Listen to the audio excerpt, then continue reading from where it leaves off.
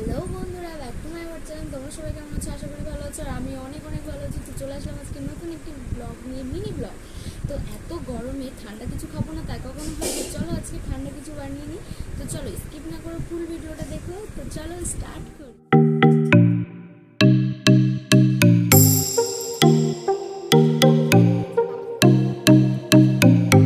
প্রথমে বানিয়েছিলাম বেলের শরবত। তো বেলের শরবতটি আমি ভিডিওতে দেখাতে পারিনি, তো পরে আমি ঘোল বানিয়েছিলাম টক দই দিয়ে। চলো কি করে বানিয়েছি টক দই দিয়ে ঘোল তোমরা দেখতে থাকো, পুরো স্কিপ না করে ফুল ভিডিওটি দেখতে থাকো। প্রথমে একটা পাত্রে আমরা টক দইটি ঢেলে নিব, তারপর আমরা মিক্স করব। মিক্স করার পরে ভালো করে গুলিয়ে নিতে হবে, তারপরে চিনি দিতে হবে। একটু গেভি গেভি হয়ে গেলে তার জন্য একটু জল ঢেলে দিয়ে তারপরে চিনি ঢেলে দেবো। চিনি ঢালার পর তারপর আমরা দিয়ে দেবো স্বাদ মতন বিট লবণ। বিট লবণের পরে দিয়ে দেবো 1 প্যাকেট জলজিরে গুঁড়ো।